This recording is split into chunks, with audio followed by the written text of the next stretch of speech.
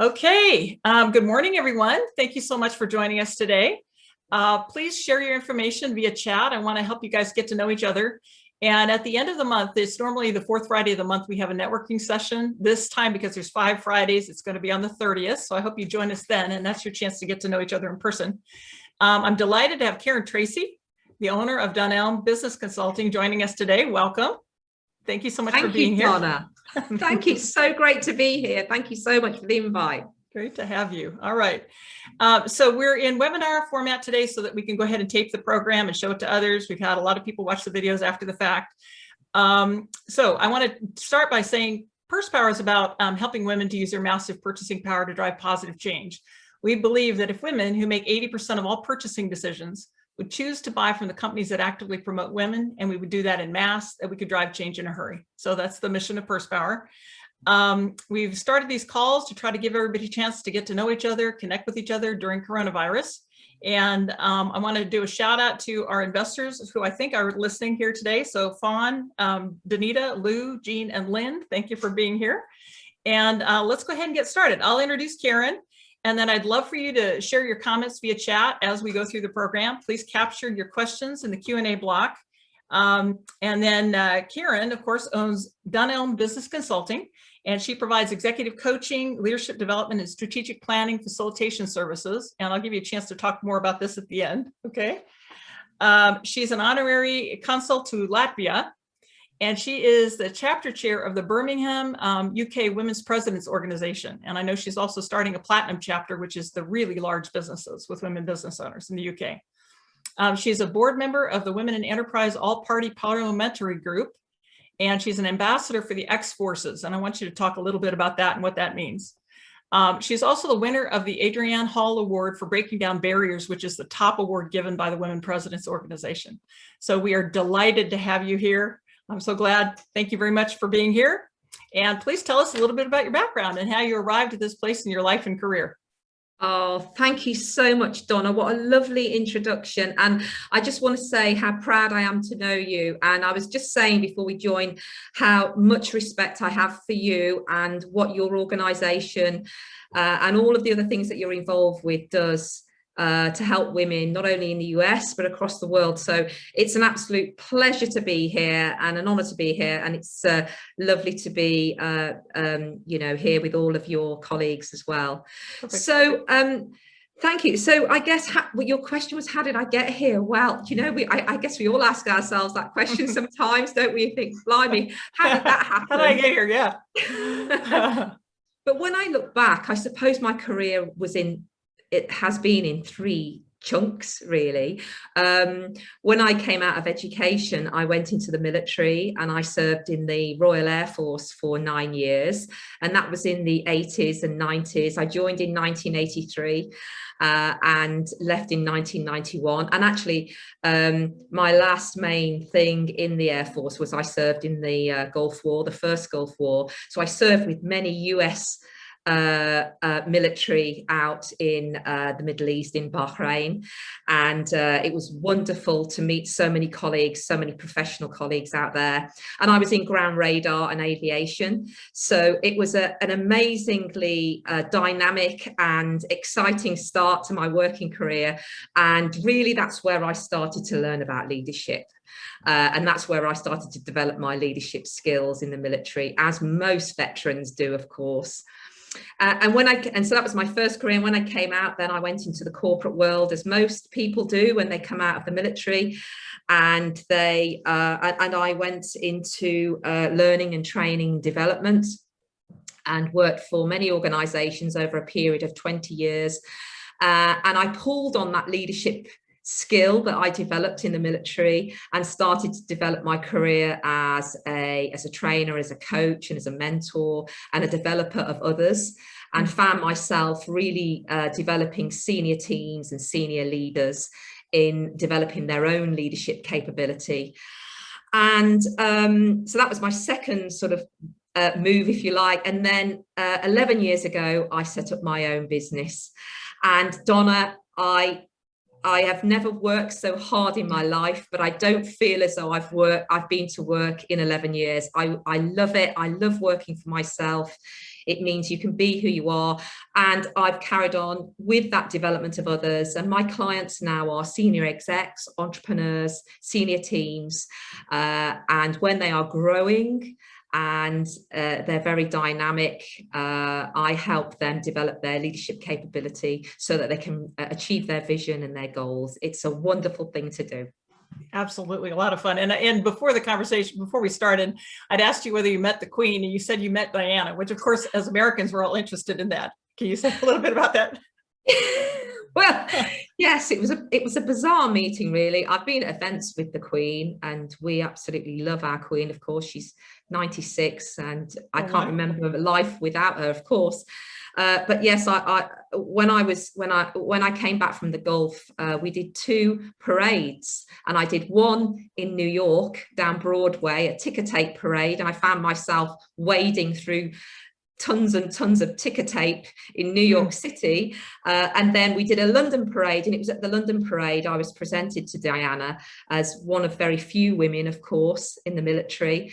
And I remember her bounding into the room and saying hello to people she was presented to, and made a beeline for the women and came straight up to me and asked me what I'd been doing, thanked me for my service. It was the most amazing thing. I'll never forget those blue eyes, Donna. She was a wonderful, wonderful, beautiful woman.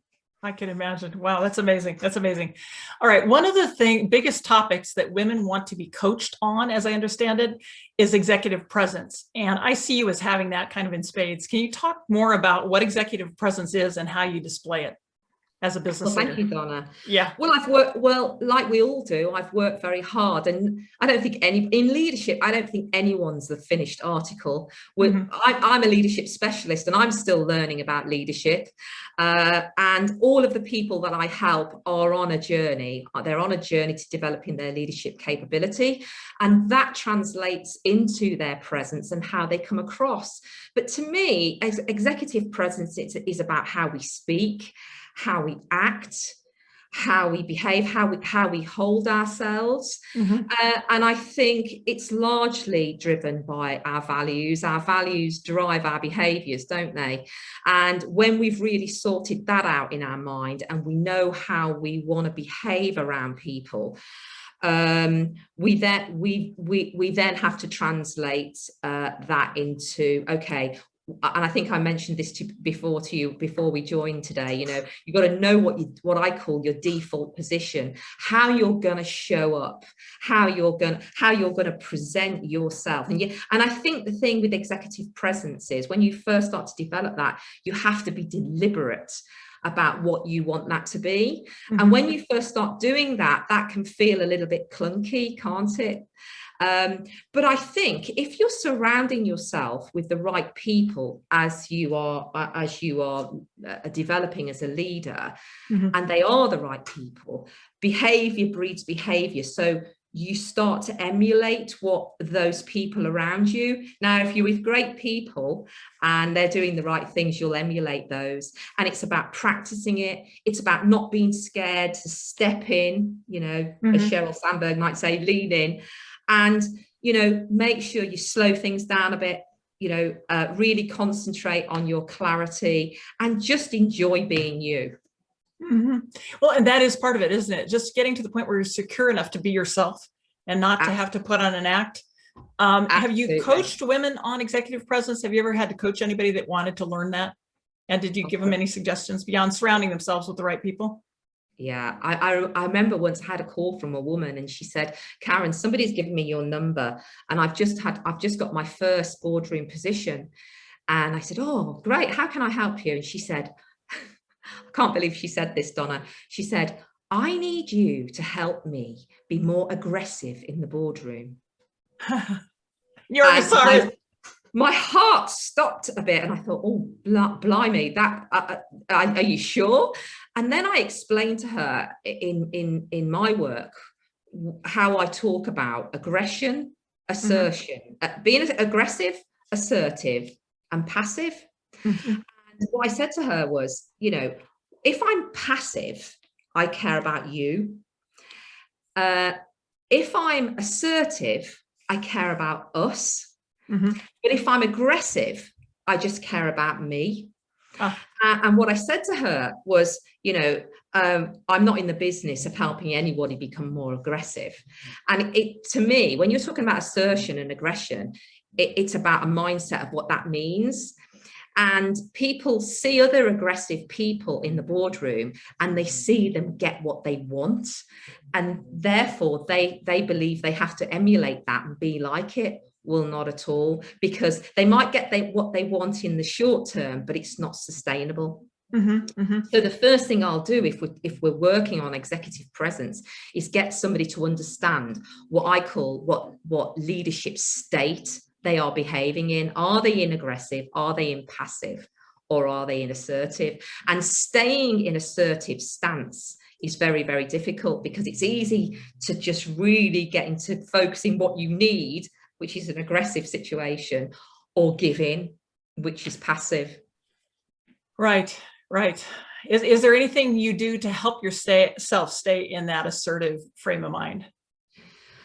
I try and stay in question rather than tell. So if you're asking lots of questions, you're getting a sense from the other person about what they need as well. And if you're, as we would say in the military, stuck on transmit. Stuck on transmit. I like that. Yeah. And you're just speaking and asking and telling what you know what the situation, and you're trying to resolve the problem yourself all the time, then you're not giving the other individual a chance to say what they're feeling and what they need and how they believe a problem can be resolved. And if they're not putting their view in the conversation, it's all about you.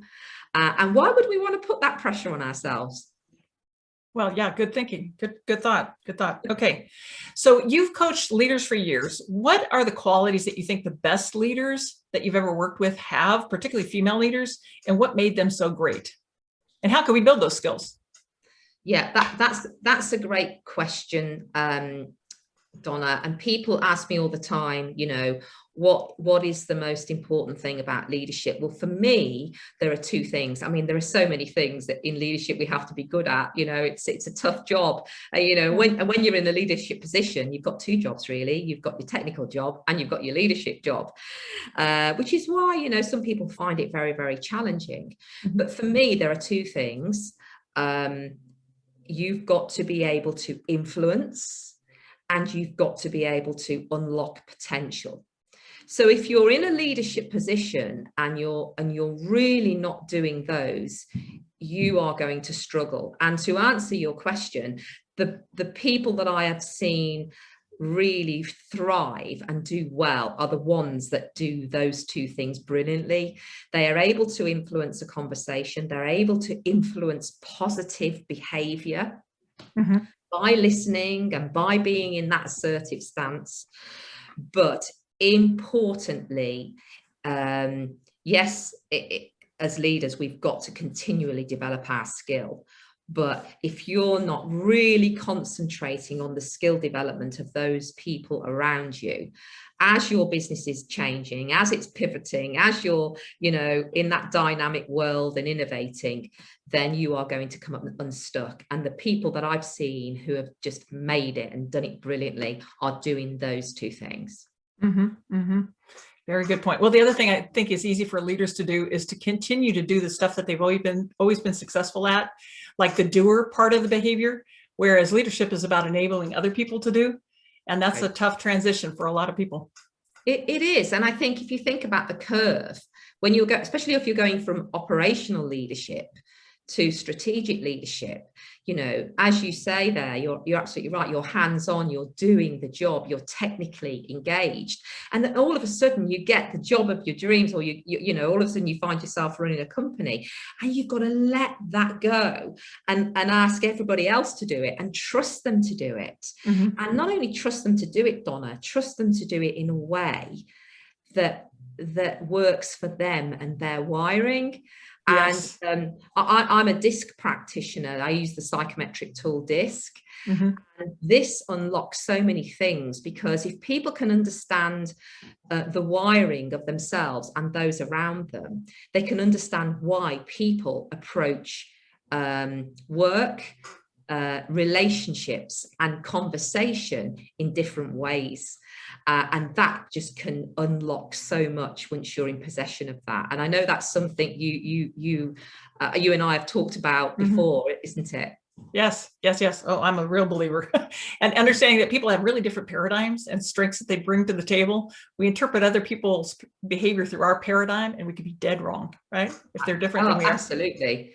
Of course, as a people-orientated extrovert, so I'm a very high I on the DISC, you know, that a colleague who's a task-orientated introvert is not going to approach something in the same way as I do. And if I insist as a leader that they do it that way, I am going to come unstuck. Right. Absolutely. All right. You talked about strategy. I know you work with organizations on their strategies. I'm interested in knowing, how do you know when it's time to redouble your efforts, pivot, or overhaul things? I mean, how do you know when you need to revise your strategy, and how do you go about doing that? Oh, that's a great question. But I think there are so many sort of forces in play that are going to scream that out to you, aren't they? You know, your customers, you're going to know that from your customers. You're going to know that from your data or your data. You're going to know that from your workforce. And again, it's about listening. It's about being on receive, not on transmit. It's about listening to what people are saying, you know, being engaged with your customer base, being engaged with your network, and asking yourself the difficult questions. And when you, as a result of that, know that there's something that you do need to do, you know, you perhaps hear yourself saying, you know, I've got to do something about this. I've got to change this. You've arrived at that. You've done the hard bit. You've made the decision you're going to do it. Then don't put the pressure on yourself to have to come up with all the answers. And I think that's where some leaders really struggle. They struggle with not accepting that they don't have to know all the answers. It's about those two things, about influencing that discussion, so we can get that discussion going, and unlocking the potential of other people. You know, in WPO, we talk about having the genius in the room, don't we, Donna? Yeah. And the job of the facilitator or the leader is to find that and celebrate when somebody gets it. And it doesn't have to be you. And we shouldn't be embarrassed or worried about the fact that we haven't come up with that. You know, if you're leading your team brilliantly, they will show up and they will throw it out if they've got it. Great point. That is a great point. I mean, you want to take advantage of the brains of all of the team members, not just your own, right? In terms of coming up with a solution. That's a good point. Okay. So you've worked with a lot of female CEOs. I know you have, and some at a very, very senior level. What does it take? What's kind of the common denominator of female CEOs at that level? And what do you think it takes to go from running a small business to a big business like they have done? Oh, well, I think what do they all have in common? Yeah. We should ask us. Well, I suppose we should ask ourselves what the common denominator is. And when I think about female CEOs, as you said, I run the chapter here in Birmingham and in London, and as you said, growing one across Europe for Platinum. But of course, I've met many female entrepreneurs all across the world when I've been speaking in Europe, and of course when I've been to WPO conferences in the US and Canada. And let's think, Donna, what are their common denominators? Well, they are 100% values driven, aren't they? They know. Somebody once said to me, if you're in a room and what somebody's doing or what somebody's saying gives you a really warm feeling, then what they're doing, that they one of your values or some of your values are being nurtured. But if you're in a room and somebody's making you feel uncomfortable and you almost want to look away, one of your values is being compromised. And I really love that, don't you?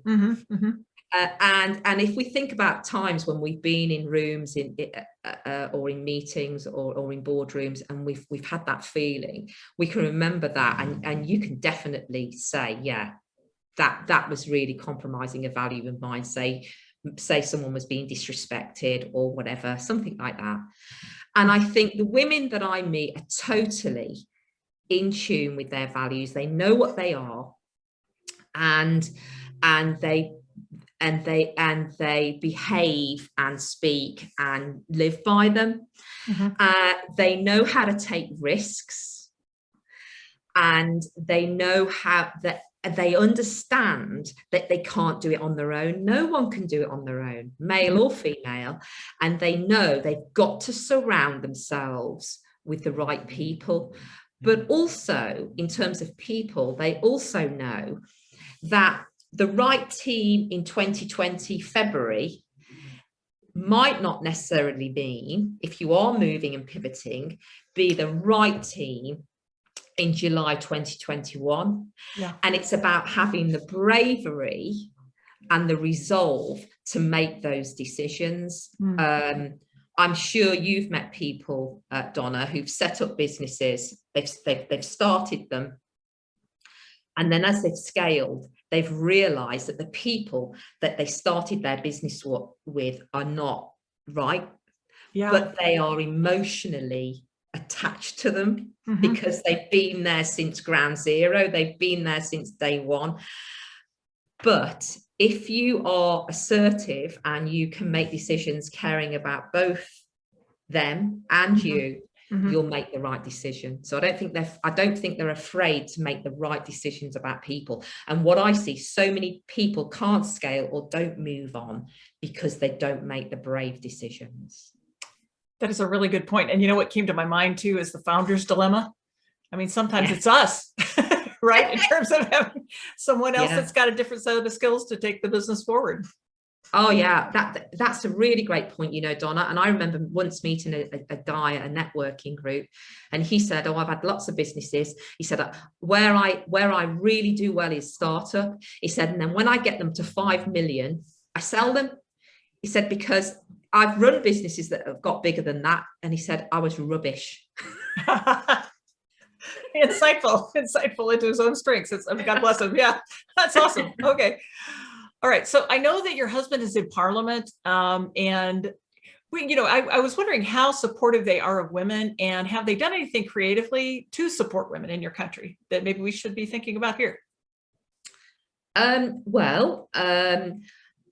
Like most countries, we're on a journey about getting gender really equal in Parliament. And it's like anything, if you've got a diverse Parliament or you've got a diverse board, then that has that effect on that country or that organization, doesn't it, Donna? And in the 80s, when Margaret Thatcher was the Prime Minister, you'd look in the parliamentary chamber and see hardly any women, and it was very, very grey.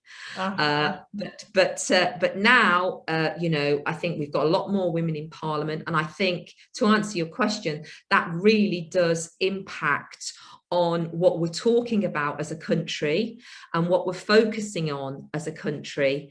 I was speaking the other day, a woman that I met at an event about something to do with women's health, and how we've still got some work to do about getting that high on the agenda, or high enough on the agenda to really have an impact in what investment is made into that area.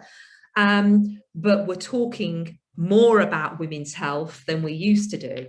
So we've not got it completely nailed. We're not one of those countries who insists on 50% in our parliaments and our boardrooms, but we're getting there, and there are more women.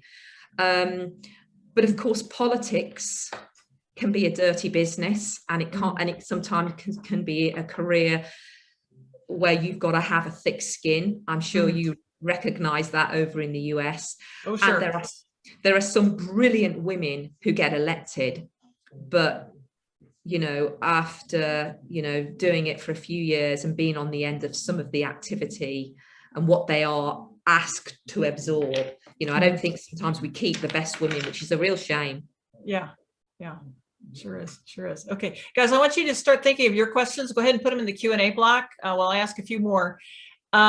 So given your position and given what you see, do you see any kind of international trends on the horizon that might create opportunities for female business owners? And what are those trends? How do we prepare ourselves to take advantage of them? Oh, that's a really good question. I think, you know, from the people I'm speaking to in this country and certainly in my own business, I think we're just smashing down the boundaries now of working together internationally. I mean, most days I am on a Zoom or on a call with somebody outside of the UK.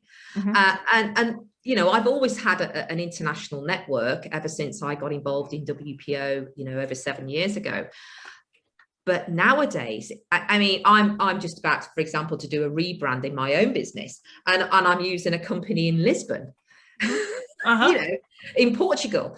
And I think what COVID has taught us is we find it very, very easy to interact and work together on this virtual platform. And so because we found it so easy, as we're looking at our propositions in business, we're starting to think, well, this doesn't have to be within the parameters of the UK or the US anymore. Right, exactly. That's going on everywhere, and talent is everywhere.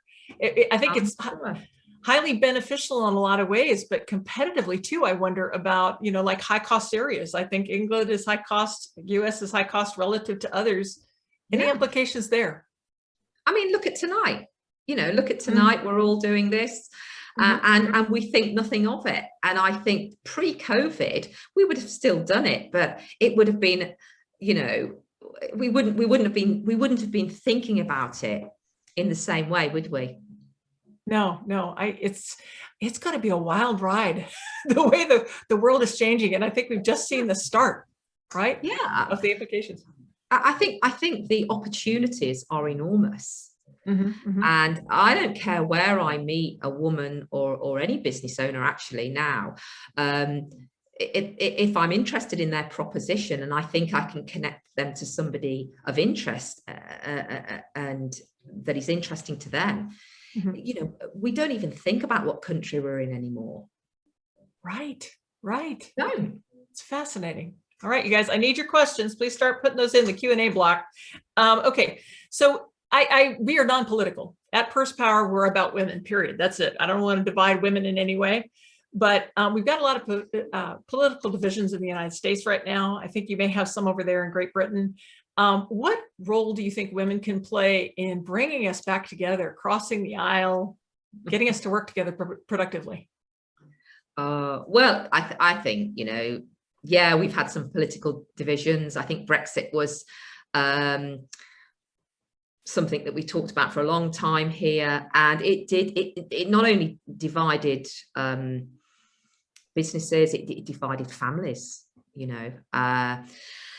But we're out of that now. We've made our decision. Everybody's accepted it. We're moving forward, and we're doing all right. And but I think women's approach to disagreement and handling disagreements, you know, I think is quite different to men's. I think they're more, I don't know whether facilitatory is a word. They facilitate their way out of it, you know. I think they've got great skills in terms of having strong views about things, but they're still able to have the ability to listen and to contribute in a way that doesn't inflame the discussions that are going on. Now, of course, there are men that can do that, but I think women, the female skill set really does play into that. And so I think, you know, I mean, I saw that come into play in Parliament, in parliamentary discussions, when, you know, I saw some women play an absolutely brilliant part in some of the negotiations and navigating their way through some very difficult discussions, because at the end of the day, we've all got to come together. We might have a different view about something, but you know, we're still a country. We're still looking to prosper and be successful. So we've still got to work together, whether we, you know, agree about somebody or something or not. Yeah. Yeah. Well, I think it's so critical that we cross the kind of the echo chamber barrier and have people with different perspectives sharing their views. And it's hard sometimes. I've got three 21-year-olds, triplet 21-year-olds, and one of them in particular sees the world differently than I do. And just to shut down the argument and go, okay, let me hear your perspective, sometimes it's hard. Well, we talked about executive presence, didn't we, at the beginning? And we talked about influencing. And if you are able to demonstrate that you are listening to someone else's view, and that you're considering that, and you're demonstrating that you're listening properly to them, and you may even demonstrate that there's part of your mind that's being changed, that is not a weakness. That is really a strength. And if you can do that and really show that you're doing that deliberately, that can really play into some unbelievable executive presence. Yeah, no, that's a really good point. That's a really good point.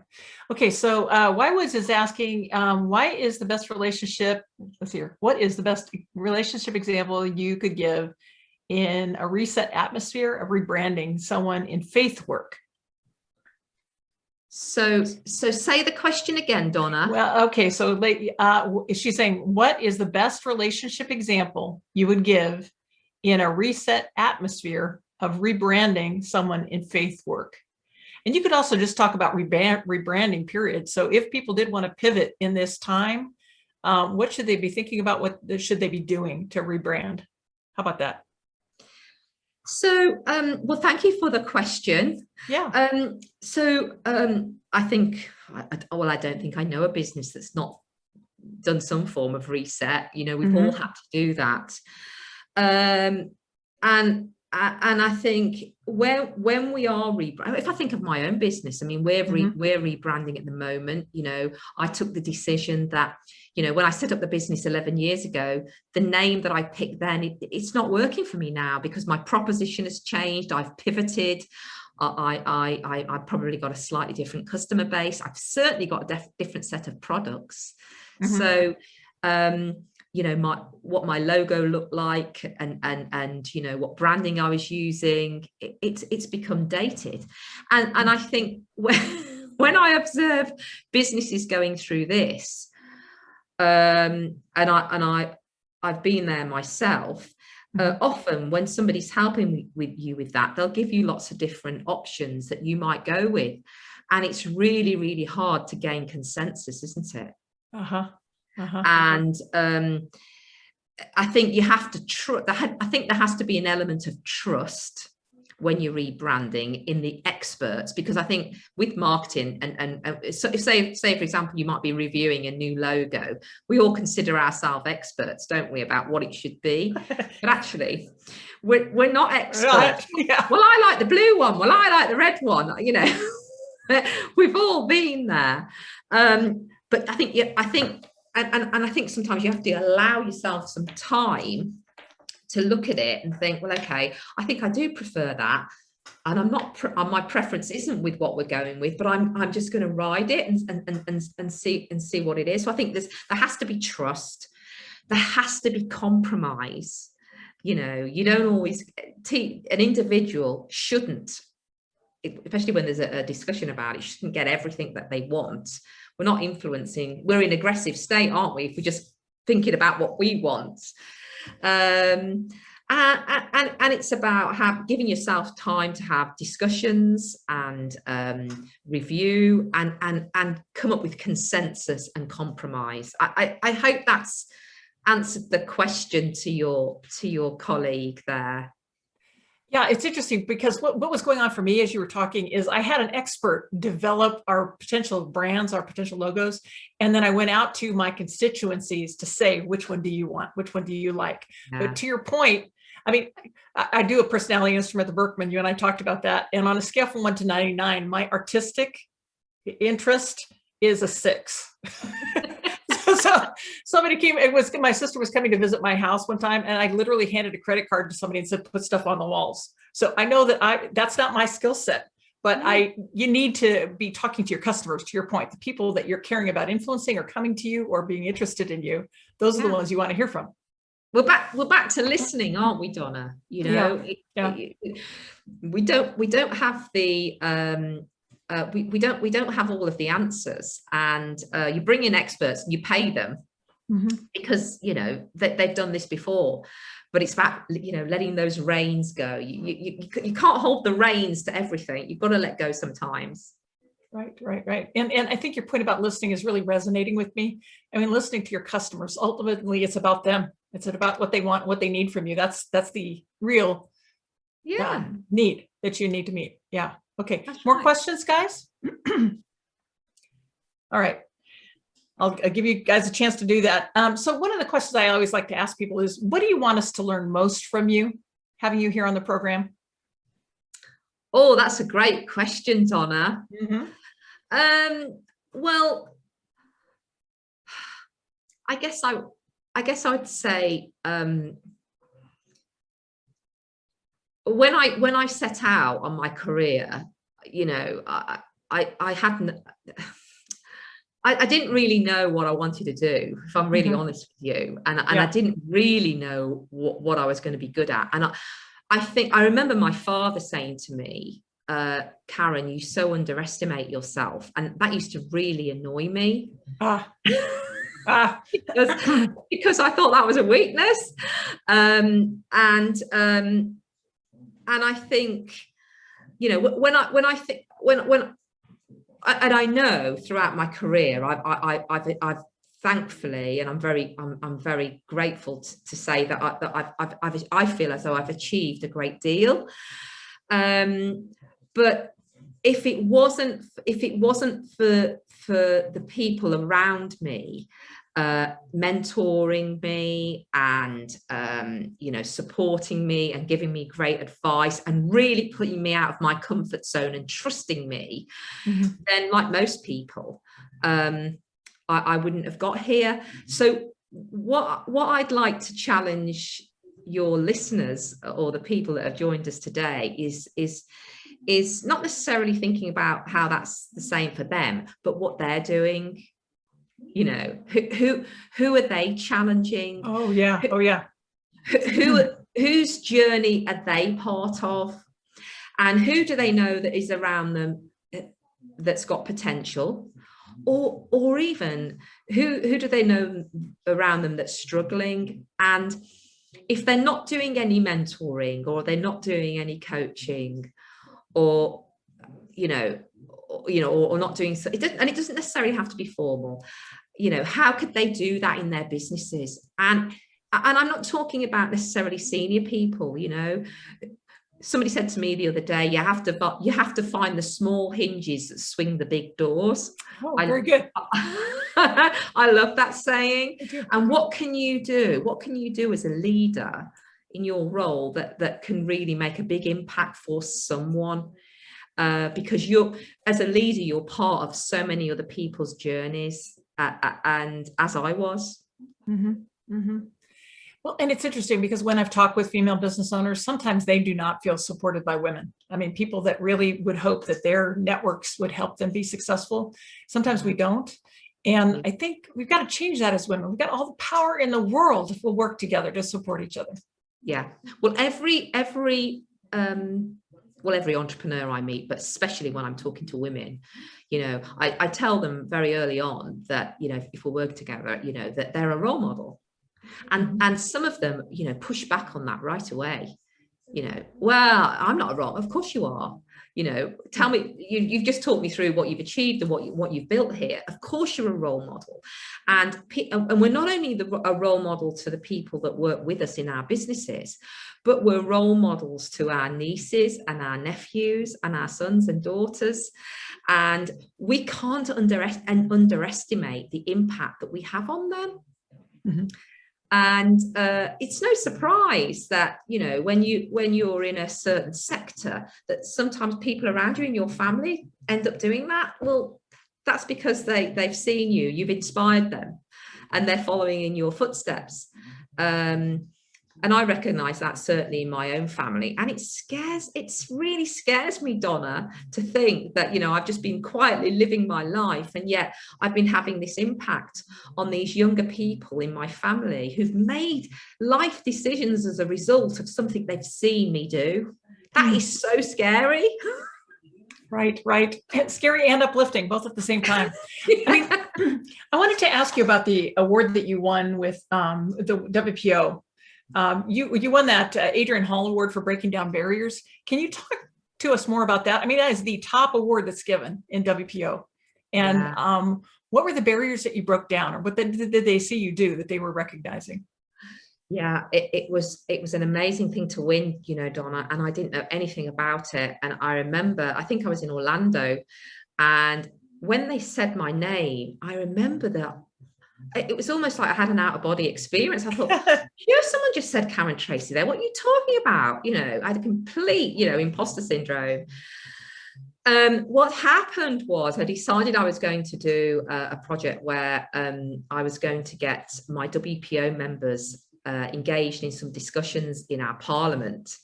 And I'd got, as you know, I've got some connections in our parliament, and I got an invite to the two WPO chapters, and we went to speak to the all-party group for Women in Enterprise, and we spoke to a number of MPs there and some senior people who were working on Women in Enterprise here in the UK.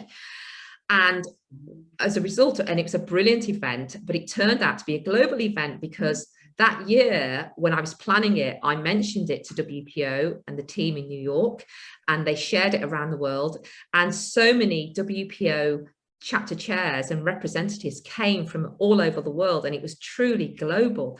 And we had all of these global representatives in the UK Parliament from WPO talking about female entrepreneurship, what it is, what we need, what we want, and what we're doing.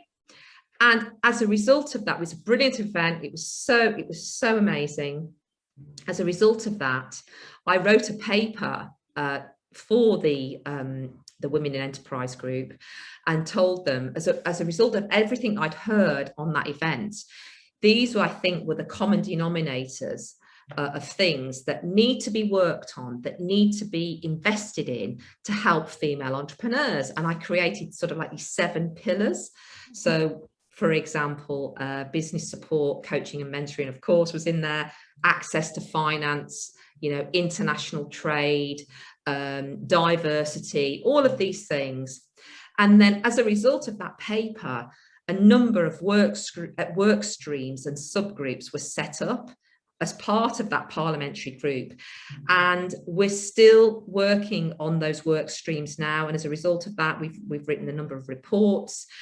We have now a way where we can lobby Parliament on those specific areas, and it gives us power and gravitas to talk to specific people in those areas. And it turned from an event into something that is tangible and can create results for women entrepreneurs. And the WPO recognized me for that, and it was just the most wonderful thing. But like most women, I just thought, well, I'm just going to do it. Right. Well, that's what I was going to ask, is what about that can we translate to other women on the call? Because you saw a need, you did something with it, you turned that into something tangible. Talk about that and what it means for us. Well, I think we have a choice, don't we, Donald? Often we're in a room, in rooms all the time, and we hear this narrative. And sometimes in the back of your mind, you think, I just wish somebody would do something. We've been talking about this for years. I've had this conversation before. Yeah. Why are we talking about this again? Yeah. And what I didn't want was for that event, which was such a powerful event, just to be a talking shop. I was determined it wasn't going to be that. I was determined there was going to be an output from it. And so, like most people, we're busy. We're busy. People say that, you know, in those rooms, people say, well, I can do this or I know that, but they don't actually do anything. Yeah. But I think if you say to yourself, right, well, I'm going to do it. If you start doubting yourself and think, well, can I do it or should I do it? Just do it. Just do it, because when you've done it, people are going to go, wow. But I didn't do it because of that. I didn't do it because I did it because I'd spent so much time and effort into getting the events off the ground. I wanted the full-ish, you know, I wanted the whole thing. I wanted the whole shebang. Yeah. So just go for it. Boy, I couldn't agree more. I mean, we don't need permission, right? No. Just do it. If it needs to be done, step up and do it. Okay. Let's see here. Deborah is asking, what do you feel are the biggest barriers to being able to communicate well together? And this may be as women. Barriers to communication. I think we create our own barriers. You know, I mean, it goes without saying our barrier to communication is not being able to listen. You know, you might hear what someone's saying, but it's a barrier if you haven't honed that skill of listening. Gosh, have you really heard what they mean? And you can only delve down if you also haven't honed that skill of questioning. But I think, you know, we should I think we create barriers. I think when two people come together, they both have the same abilities. They both have two ears, one mouth, and a set of views, don't they? Yeah, yeah. So there's no tangible barriers. The barriers are, you know, things where unconscious bias. Yes, yes. Where we make a judge or you know, sexism or racism or whatever. It's all those unconscious things that we apply. We apply those barriers within that conversation. But if you have those things in check, and so if you are a white middle-aged man and you're talking to a young Black woman, you know, you're two human beings. If we apply those barriers of sexism or racism, but if we just take that person as a human being and see them as a source of enrichment because they can teach us something, there aren't any barriers other than the ones that we apply ourselves. Absolutely. Yeah, a couple of my ground rules. One of them is assume positive intent. If you're talking to someone and they've got a different perspective than you do, whatever they're saying makes perfect sense to them. We need to go over there and figure out their paradigm and how they're looking at it. And then the other thing I tell people is try to your point, stop the internal voice. Stop trying to formulate your answer while someone else is talking. Yes, right? Yes, because you're trying to impress. Because you're trying to impress, or you're trying to sound as though you have all the answers. But what really people love to hear is that you're hearing and considering what they think. Right. I once did a piece of work on helping somebody develop their charisma index. Huh. I like that. I want to learn that. And somebody said to me, well, can you develop someone's charisma? Isn't that something you're born with? You know, if I suppose if you were born of Frank Sinatra and Marilyn Monroe, that you automatically got it. Well, yeah, but actually, if you Google it, actually, it actually breaks it down. And so people who are more charismatic, they listen more, they smile more. They're more engaged, they ask more questions, they're interested, to your point, Donna, they're interested in the other person. It's not about how people, you know, show up and, you know, what clothes they've got on and, you know, how good looking they are, something to do with that. Right. People want to know that you care about them. Yeah, and what's important to them. That's Absolutely. I so agree. Okay. Any final questions, guys? You got one more shot at asking any questions. Let's see. Don't be shy. Don't be shy. Don't be shy. Please ask. Yeah. And normally I'll go ahead and go into this question while we wait. So, are there any actions you want us to take after leaving this call? What are the most important things we need to do? Well, you know, I'm always happy to connect, Donna, and connect with each other. I think when people network, they meet interesting people, or they meet people in the room, and I'm sure your colleagues have got. You know, they might not all know each other, and there's really opportunities for them to connect and work and collaborate together. I'd encourage them to do that, because otherwise, what's the point in networking if you really don't take advantage of building those relationships? Because that's what networking's about. But you know, think about your network. I use a very simple tool called the network map, which is essentially, you know, 3 circles, and I get people to map their network. And I think that would be a really good for your listeners and the people, your guests here today, to do. And the reason it's so important, I think, to map your network is as you're pivoting or changing your business, you might need different people in there. And so if you can see something and it becomes a tangible thing, you're then more inclined to take action. And it's not just about bringing people in, you know. Sometimes when we map our network, we identify people that are toxic. And when we're identifying people that are toxic, i.e. they're not helping us, or they don't make us feel great, or to what we were talking about earlier on, maybe they compromise your value system, that you might gently want to pull yourself away from them. It's not about falling out with them and having an argument, but gently, gradually have less in that relationship. Involvement, And I think that's important. How are you bucketing people? So when you say 3 circles, I do 3 circles for all kinds of things. So tell me how you're bucketing people. Well, it's an interesting question. I'm glad you've asked me that, because I'll just say inner circle, outer circle, everyone else. But I'm not prescriptive, because I think if you're prescriptive, then you've got to say you must have 5 people in your inner circle, or you must have 10 people. So yeah, you're very, very close inner circle that you share everything with. Then maybe then an outer circle of people that you've got good relationships with, and then everyone else who you know that maybe you have interactions with now and again. But sometimes, Donna, and this is what I was talking about before, you've got people in your inner circle that are not helping you, or you've got people in your outer circle that you need closer, and you need to be deliberate in your relationship building and your networking to bring them to the right place. Boy, I like that a lot. That is a really helpful paradigm. That's useful. Thank you. Okay, Jane Benkendorf is asking, where do you see yourself in 10 years? Well,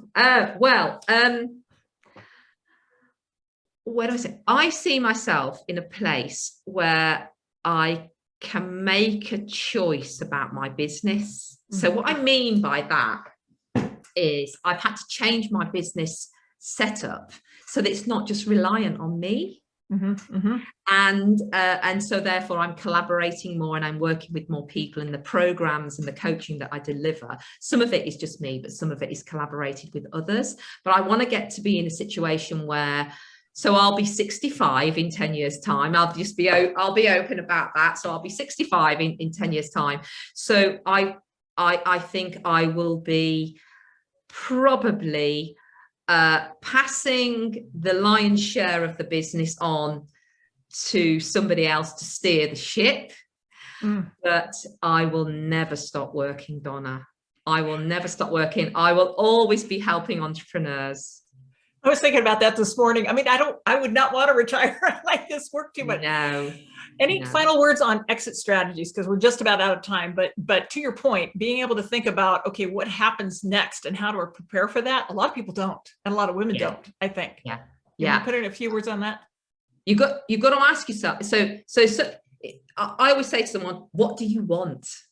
So that was a great question to me. In 10 years time, when you're 65 or you're 60 or whatever it is, what do you want? What do you want it to look like?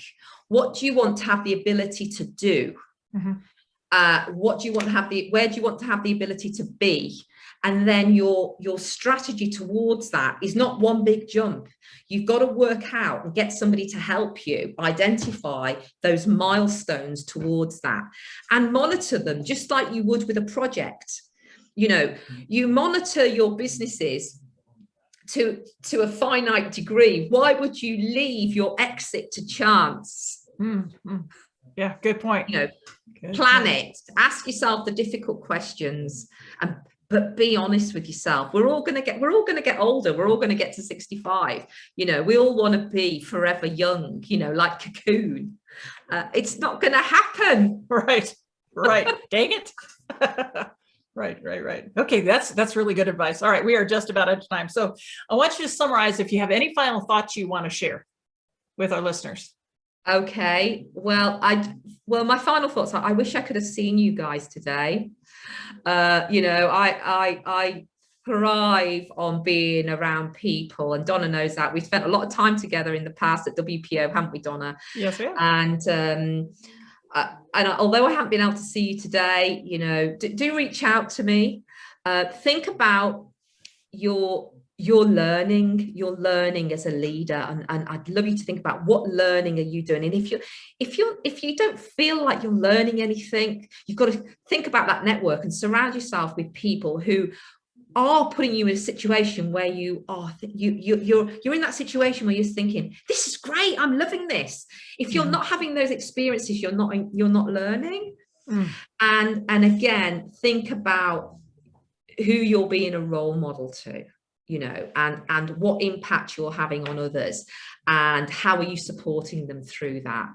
And, you know, just go for it. Just go for it. And to the point you were saying about earlier on, Donna, if you're in that room and you know something should happen, just do it anyway. I love that. We just need to have the confidence to do it. Just step up and start. Absolutely. Go ahead. Okay, sorry. All right. Thank you again. You've been terrific, Karen. Appreciate it. Thank you so much, Donna.